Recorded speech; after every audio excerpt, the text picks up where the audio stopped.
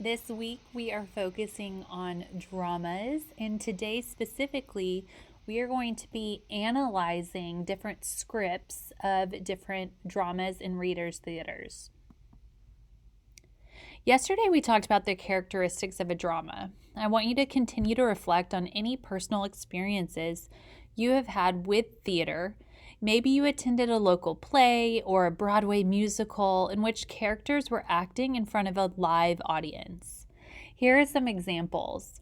Maybe it was seeing Beauty and the Beast, or Cat in the Hat, How the Grinch Stole Christmas, or even Harry Potter. These are all examples of different plays or musicals that are acted out in front of a live audience.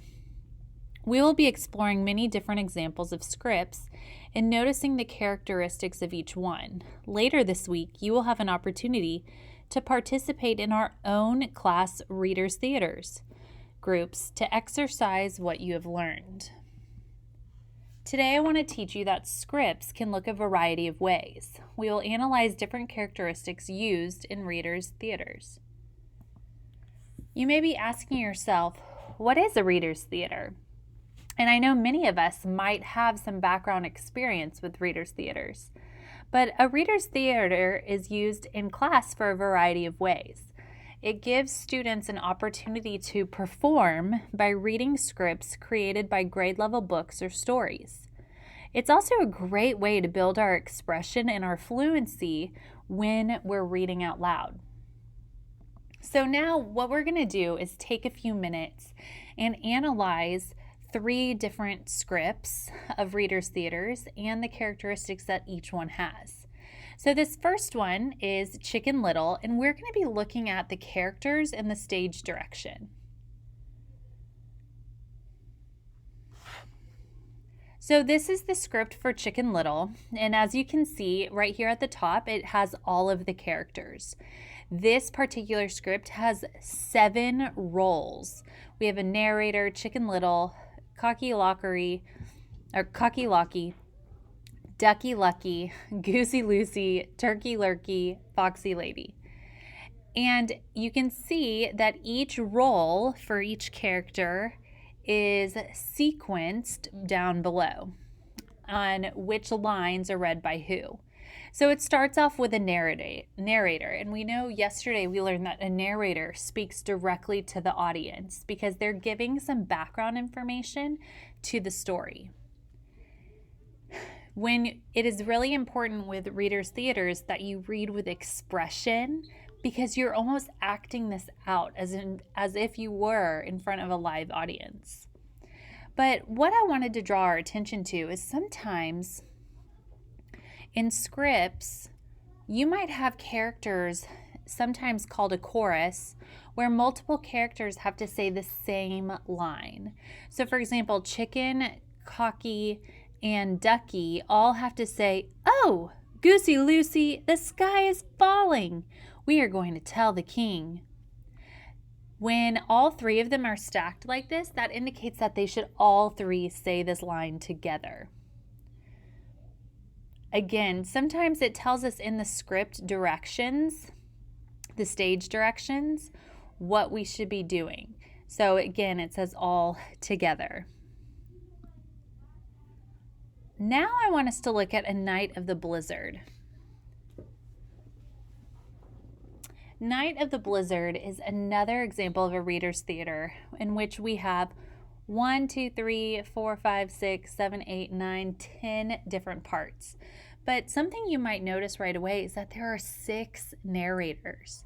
So that means 6 different people are specifically talking to the audience, and they're not interacting with the other characters in the play.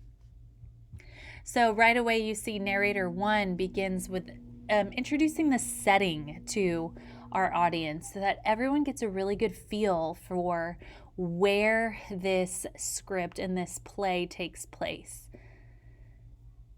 And we scroll down, and again, all these narrators are going back and forth. And then finally, right here, With Leslie, you see some quotations because finally that dialogue is starting. And we know that dialogue from yesterday is when two characters talk back and forth to each other.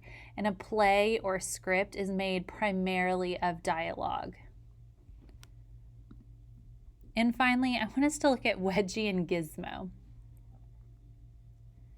This is based off of a book. You might be familiar. And we see that we have 2, 4, 6, 8, 10 different parts to this play. We have a narrator, and we see that the narrator also has some stage directions. It says each character enters the stage in waves when introduced. So this is something that we would want to read ahead of time so that when the narrator is speaking and introducing, that we know that each character is supposed to walk out and wave. And as we scroll down, the internet is going slow.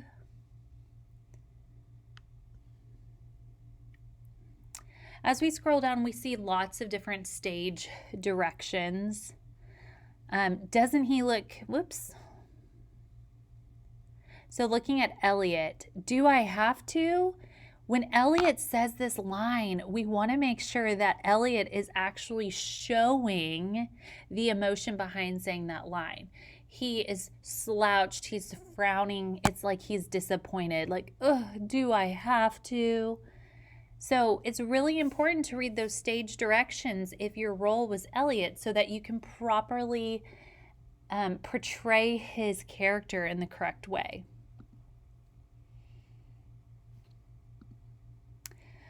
So this week, we are going to have the opportunity, like I mentioned before, to actually participate in our own class readers theaters. And your teachers are going to have several different plays for y'all to choose from and to practice. But it's not just reading lines. You really have to become the character. You have to look for stage directions so that you can express your character in the correct way. You have to make sure you look at punctuation so that you're using the appropriate voice. You are an actor. You are putting on a performance for an audience, and your audience is going to be your class.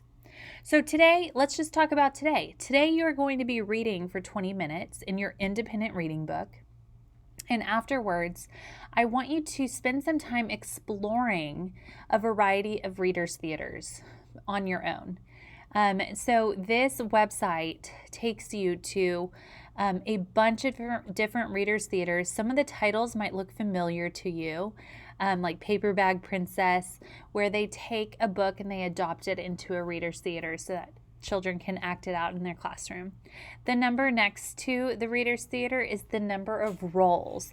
So if you want to practice at home with your parents, your siblings, your grandparents, then you are more than welcome to do that. I can't wait to see y'all perform your readers' theaters later this week. It's going to be really fun. Have a great day.